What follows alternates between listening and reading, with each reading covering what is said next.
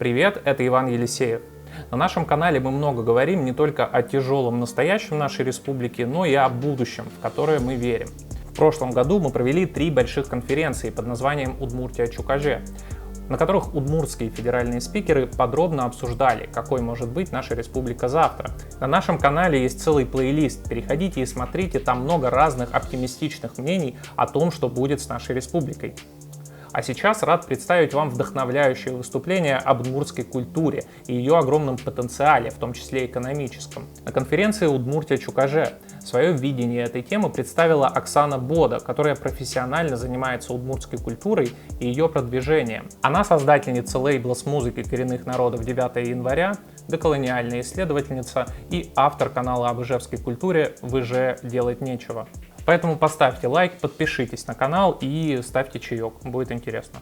Я задавалась вопросом, что я хочу за эти 30 минут донести, и пришла к такому выводу: я хочу, чтобы за эти 30 минут вы, во-первых, были уверены, что в Удмуртии классная культура, во-вторых, вы в нее влюбились и поняли, что это на самом деле тоже может помочь каждому жителю республики жить лучше. Вот. Чем вообще удмуртская культура уникальна? Как привлечь деньги этой культурой, в том числе разными способами? Что дальше? Потому что можно бесконечно говорить, какие удмурты классные, но что мы будем делать дальше? И взгляд в светлое будущее, что будет в прекрасной Удмуртии будущего. Вот, да, слайд про меня уже озвучили, спасибо. Да, я занимаюсь сейчас лейблом, на котором издается удмуртскоязычная музыка. На данный момент это вот Поздукес, который сейчас выступает в Москве, и востребована, на самом деле, востребованная группа. И это сольная исполнительница Пушнер. Вот. И в целом у меня на лейбле есть еще музыка у коренных народов. Помимо этого, я 6 лет занимаюсь культурой, я делала фестивали, выставки, образовательные проекты, очень, то есть и с художниками потусовалась, с музыкантами, и с всеми кем угодно. И да, делаю канал, где пишу о том, что в Ижевске много чем можно заняться. Просто есть стереотип, что у нас ничего не происходит, но это не так. Не буду долго останавливаться на себе. Начну с мякотки. Культура зарабатывать не может. Это цитата министра культуры Удмуртии, которую я слышала лично. У нас с ним была встреча, где он называл, не помню по какому поводу, где он называл девочки, там девочки за 35, девочки, но культура зарабатывать не может. Тогда он сказал, я ушла в полном шоке из этого. Вот. И на этом можно было бы закончить эту лекцию, но нет, на самом деле это не так. Вот. Да, корейский бум смеется над министром культуры Удмуртской республики. Для тех, кто не знает, корейский бум — это высокий интерес к корейской музыке, корейским сериалам, которые также называют дорама. Туда же относится интерес к корейской косметике, уходовым средствам, возможно, вы тоже как-то про это слышали. И на самом деле это не случайно, в том числе это из-за выбора политиков этой страны. В 90-х руководство пришло к мнению, что можно и нужно развивать культуры. И у Кореи, как страна, у которой мало, почти нет природных ресурсов, у них большая часть экономики держится именно на культуре. Вот спустя вот эти 20 лет у них все с этим прекрасно. И внутри страны, то есть внутри страны люди потребляют продукты культуры именно корейские, и, соответственно, во внешней истории. И они прекрасно этим зарабатывают, поддерживают экономику страны. Вот. А что есть у нас? Там понятно, мы там немного, там как бы есть музыка, все кино долго развивалось. А что есть у Удмуртии, что мы можем вообще предложить? Вот уже обсуждали, что у нас действительно глубокая история, мифы и наследие, и это я хочу подчеркнуть, это действительно так. Я в полном восторге от изучения, от изучения и погружения в историю, мифологию удмуртов. Скажу про себя, что я вне удмуртского сообщества, потому что я узнала только в 30 лет, что у меня есть удмуртские корни, и узнала это я то, что дедушка был удмурт, хотя у них во всех документах написано, что он русский. Это как раз следствие вот то, о чем говорили предыдущие спикерки и спикеры. То есть это империализм, русификация и так далее. То есть я с этим столкнулась напрямую, и я до 30 лет не знала, что у меня удмуртские корни. Я думала, только татарка я. Вот. Оказывается, вот. И, соответственно, в нашей школе, допустим, был отдельный удмуртский класс, что привело к травле этого класса. Вот. И у нас не было никаких предметов.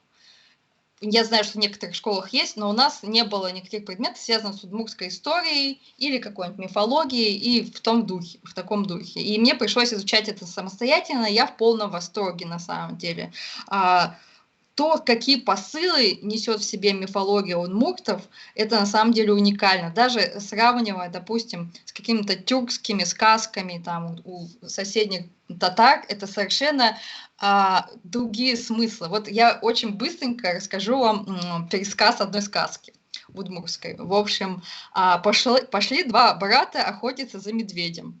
Увидели пещеру, и один брат туда зашел, выходит, а у него головы нет. Брат пошел к его жене, к жене брата, то есть, соответственно. Говорит, вот смотри, мы сходили на охоту, ему откусили голову. Жена говорит, а ты не помнишь, у него вообще голова была?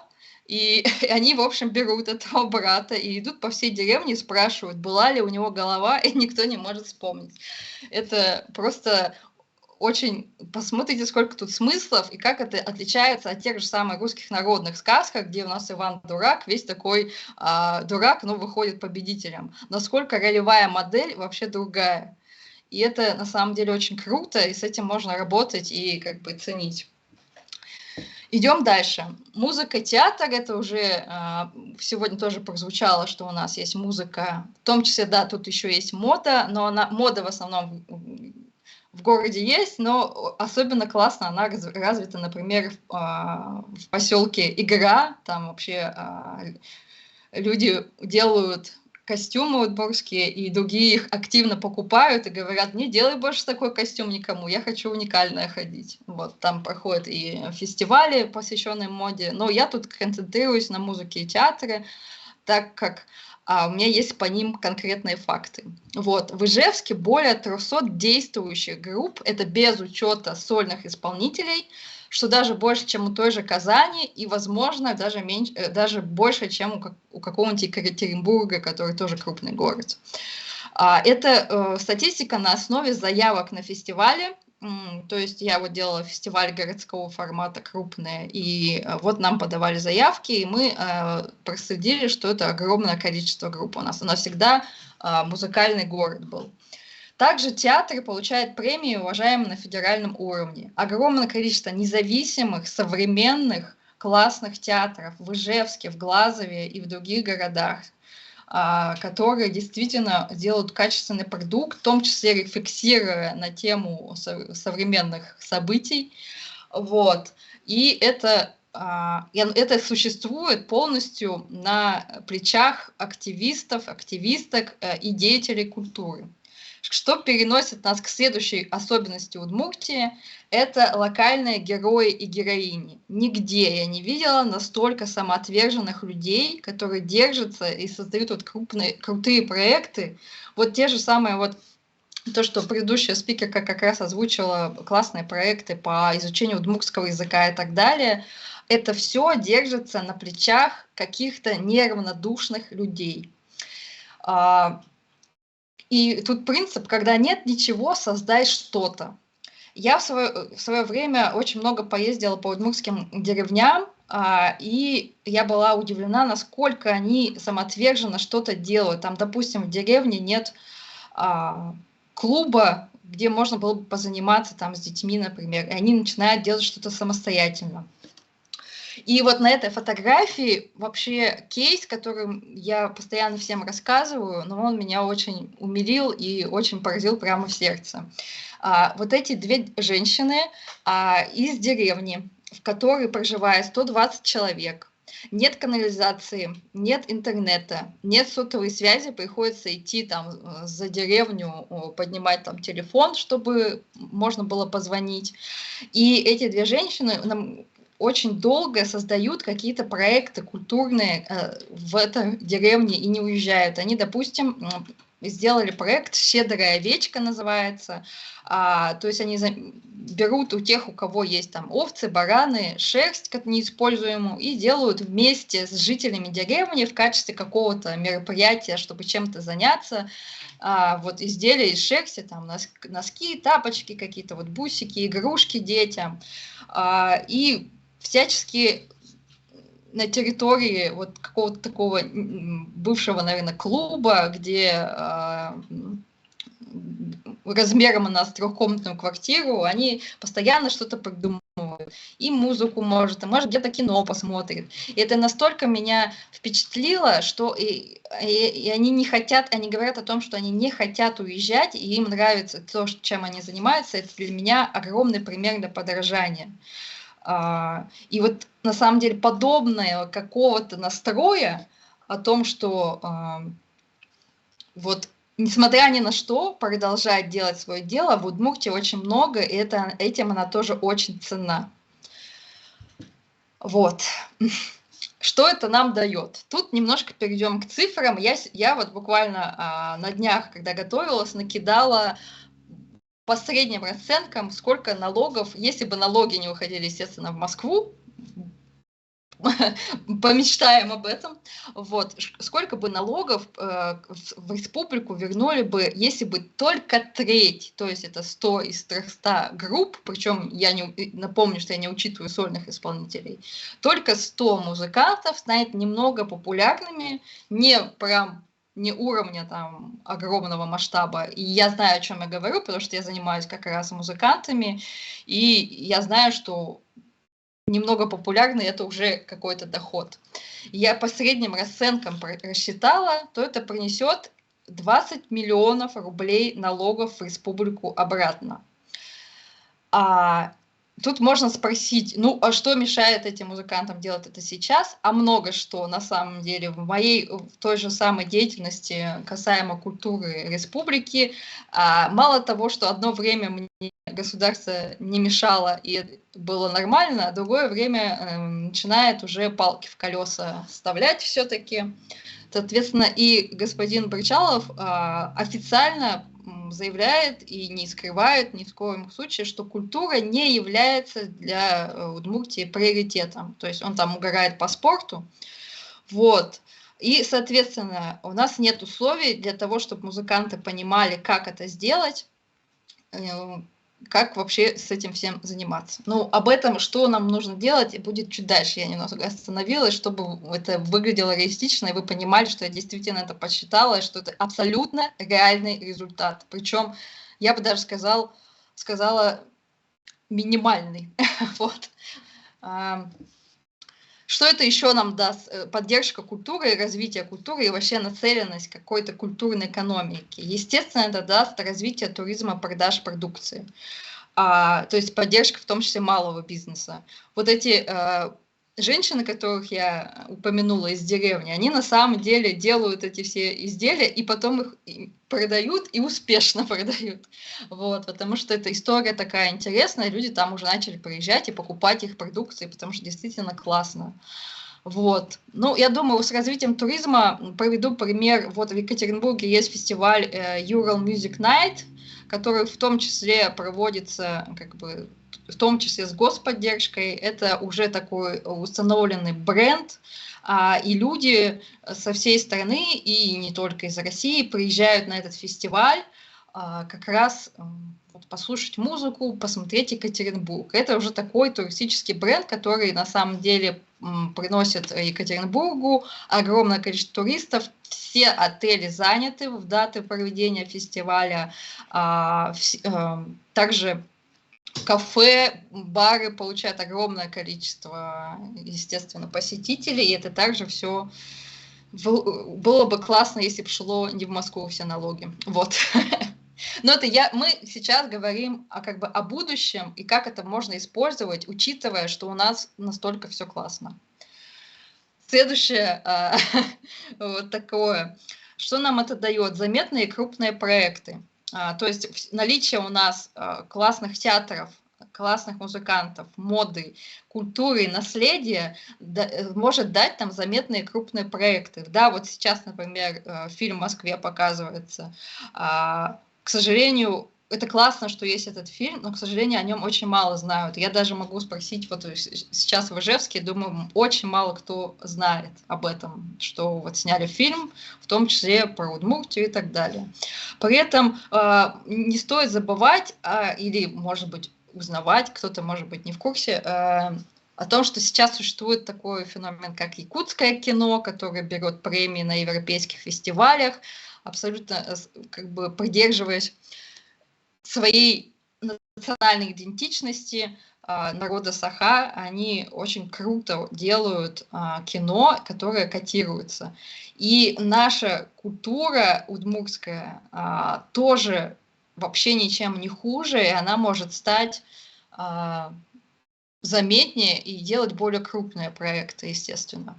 В этом есть огромный потенциал. Почему тут объясняя картинку этого слайда, это фильм «Солнцестояние», фильм-ужастик про, значит, по-моему, в скандинавских странах там праздник солнцестояния и начинается там ужасы всякие. И на самом деле про удмуртское солнцестояние тоже можно было бы сделать классный фильм, который тоже был бы абсолютно успешен, потому что у нас есть огромное количество классных историй. Вот.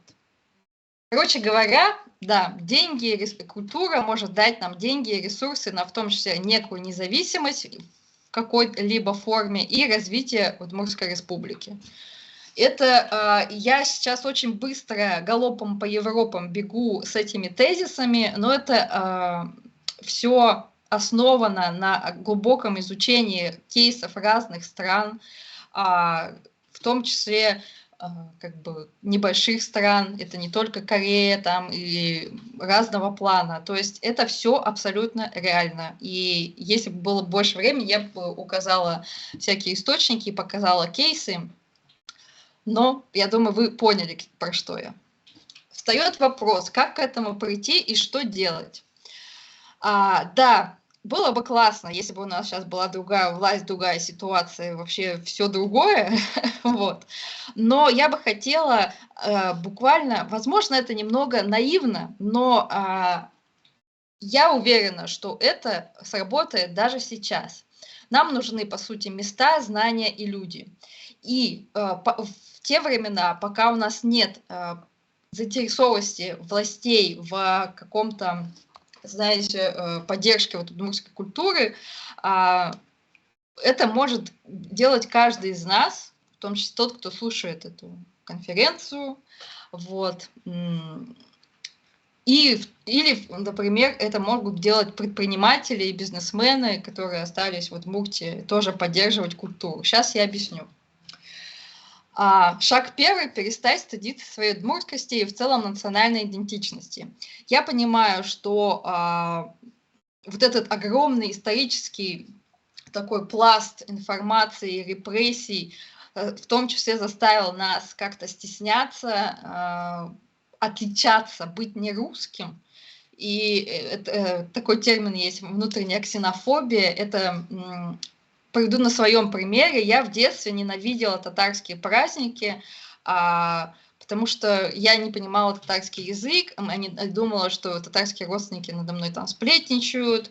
Я не была интегрирована из-за отсутствия языка. И также мне в школе говорили, что вот там что-то там татарка и так далее. И я видела, как, допустим, травят удмурткоязычный класс. И, соответственно, у меня сформировалось впечатление, что быть не русским стыдно. И я некоторое время всем говорила, что я русская, там, ненавидела, когда бабушка говорит на татарском. и все в такой в духе. Это тоже внутренняя ксенофобия, на которую влияет общество, как бы история и многие другие факторы. И в конце концов, тут важно принять и понять, что быть не русским не стыдно. Нужно как-то отрефлексировать внутреннюю ксенофобию. Она есть у нас у всех. Даже если, допустим, вот моя бабушка татарка не любит удмуртов, то есть по какой-то причине у нее какие-то в голове свои стереотипы. И это тоже внутренняя ксенофобия, как бы это русское мышление о том, что вот какие-то грязные там народы переносится в том числе и коренным народам, потому что как лидирующая. И внутренняя ксенофобия имеет место быть, и это первый шаг, с чего мы должны начать. То есть не стыдиться говорить, что я удмурт, там, я татарка, там, я там, чуваш и так далее. Это первый шаг. И классно, что появилось много проектов, которые как раз говорят об этой нестыдности. Следующее – это создать базовые условия для развития. Смотрите, это тут идет по площадке, информационную поддержку. Сейчас я проясню. Последние лет 5 в Удмуртии какая-то идея X создать культурный кластер. Меня привлекали бесчисленное количество раз, чтобы вот там приходит кто-то, говорит, у нас есть заброшенное здание, давайте сделаем культурный кластер, как в Москве. Вот, типа там артплей, флакон и так далее. И в итоге это ни во что не выливается, и даже в одном из таком проектировании этого культурного кластера участвовал мэр Ижевска, понятия не имею, как его зовут. Вот, он подключился к этой конференции и сказал, молодцы, ребята, давайте, денег нет. Вот, и, соответственно, у нас нет даже какого-то места, где можно было бы прийти и что-то как-то подучиться. Допустим, если мы рассматриваем пример с музыкантами или художниками, любому творческому человеку культуры важно место, где можно как-то себя самопрезентовать, не знаю, сделать концерт, сделать выставку, сделать лекцию, не знаю, сделать какой-нибудь мастер-класс по шитью костюма и получить обратную связь от аудитории, то есть чтобы там люди сказали, как классно там, или не классно наоборот, то есть это какой-то рост. На данный момент у нас нет ни одной площадки тех же музыкантов, где они могут нормально выступить, не заплатив за это миллионы. То есть представьте, какой-нибудь мальчик удмуртскоговорящий создал удмуртскоязычную группу, и ему хочется как-то, не знаю, выступить, допустим, и показать свои песни.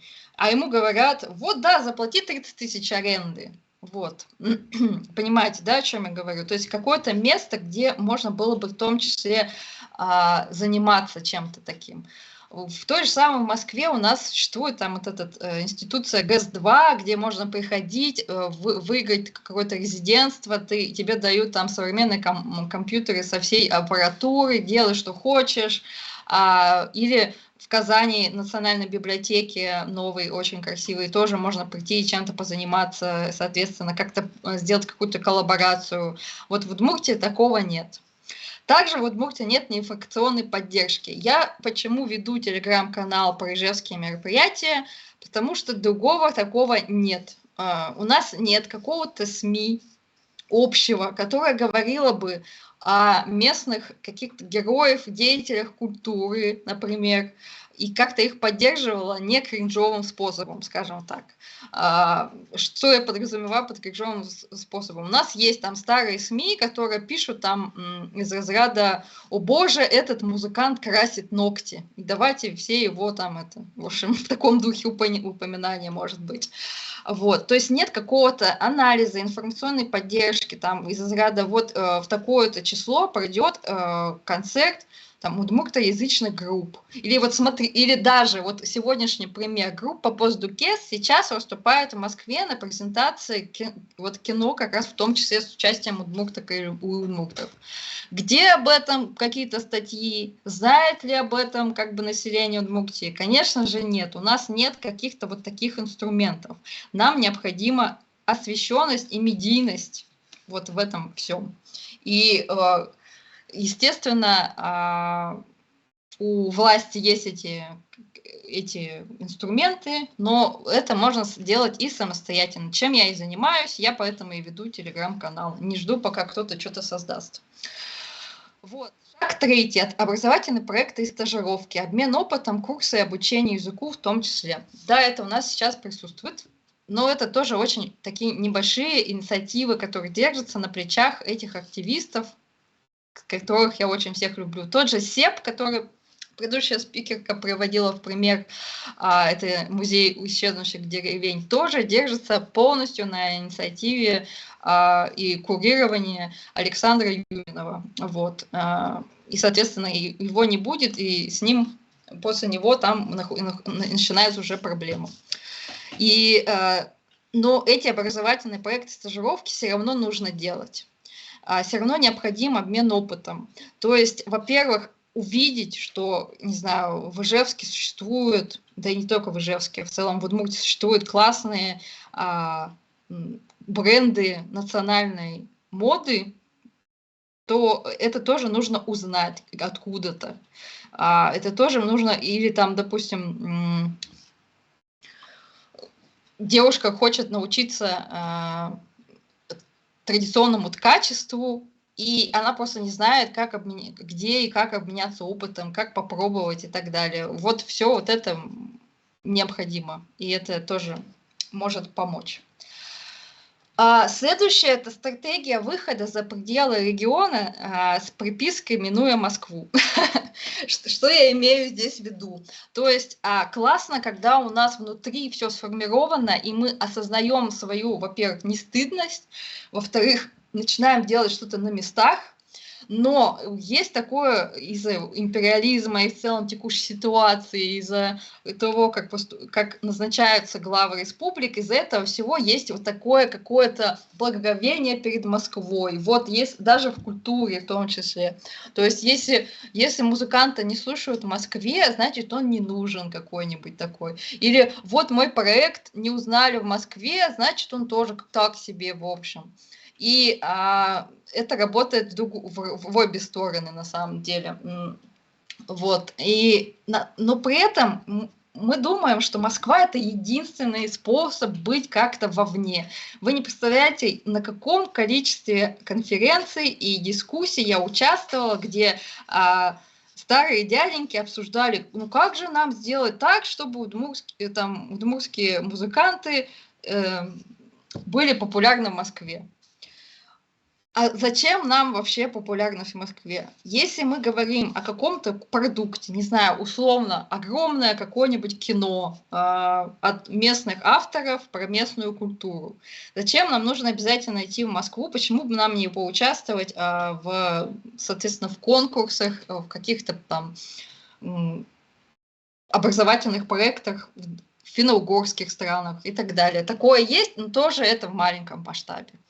То есть и это такое должно пониматься, и надо придумать эту стратегию. Мне вот очень нравится кейс лейбла Aret Recordings. Это лейбл, который выпускает традиционную кавказскую, северокавказскую и не только музыку. И они очень круто работают, именно минуя какую-то централизацию. У них коллаборации, соответственно, с другими странами. Про них снимают очень много кино, к ним постоянно выезжают журналисты разных изданий, которые пишут про традиционную культуру. А в Москве об этом могут как бы и вообще и не знать. Вот. И, соответственно, нам нужна такая стратегия выхода, чтобы это просто как минимум это зафиксировать и сохранить. Вот удмуртский язык умирает, и каждый раз я на самом деле радуюсь, когда у нас что-то присутствует. И наша задача выхода из региона, информационного выхода за пределы, это не только, допустим, экономическая продажа каких-нибудь товаров, но и это тоже в том числе, но и как бы зафиксировать и как бы чтобы про удмуртскую культуру узнало больше людей, и чтобы как бы пока еще есть носители этой культуры, пока мы еще можем это все изучать и исследовать, пока это все не уничтожено. Вот. Что можно сделать прямо сейчас и при этом не сесть? Как бы актуальные заголовки. То есть каждый из вас, кто смотрит или потом, может быть, в записи, если она будет, и смотрит эту конференцию, что вы можете сделать? Понятно, что мы можем сейчас бесконечно говорить о том, что вот у нас там голова не заинтересован, все вот в этом духе, ничего, вот вообще такая ситуация, которая вообще не до культуры и не до чего этого. Но на самом деле каждый из нас может сделать прямо сейчас небольшие шажки для того, чтобы удмуртская культура сохранилась, и она как-то начала уже что-то как-то развиваться. Первое – это что-нибудь почитать про удмуртскую историю. Вот вам я сегодня рассказала сказку, она на самом деле очень классная, и очень много других классных сказок есть также. Ездить на экскурсии в деревне. Да, в деревнях больше удмуртоговорящих людей. Там есть как раз такие вот инициативы классные, как «Щедрая овечка». Там есть огромное количество ансамблей, которые исполняют традиционную музыку. Тот же самый СЕП. Это все классно изучать. Ну и также читать мифологию, потому что она тоже очень интересная. Делиться интересными проектами с друзьями. Что я тут имею в виду? Увидели там, допустим, посмотри, какой классный ролик там на удмуртском языке, или там, вот, смотри, классный костюм делают на удмуртский, и этим делиться. У нас с этим очень плохо, на самом деле, в республике. Чтобы мы делились чем-то классным, чтобы мы распространяли информацию о чем-то классном, связанном с местной культурой. С этим очень плохо. Поэтому начните, как говорится, с себя, и тут делитесь интересными проектами. Вот. Также проработать внутреннюю ксенофобию, о которой я говорила в дальнейшем. Это трудно, то есть мы можем, допустим, принимать себе какую-то удмуртскую составляющую или другую национальную, но при этом испытывать какое-то неприятие других национальностей. И это тоже про внутреннюю ксенофобию. И это на самом деле в том числе тоже идет из-за нашей исторической ситуации и из-за влияния как бы русской вот этой общности. И создавать проекты, соответственно, например, как эта конференция. Друзья, делитесь своим мнением в комментариях, рассказывайте, каким вы видите будущее нашей республики. Поддерживайте нас на платформе Boosty, если вы в России, и на платформе Patreon, если вы уехали, чтобы мы могли чаще снимать видео. И подписывайтесь на наш канал, чтобы не пропустить новые видео о настоящем и будущем Удмуртии.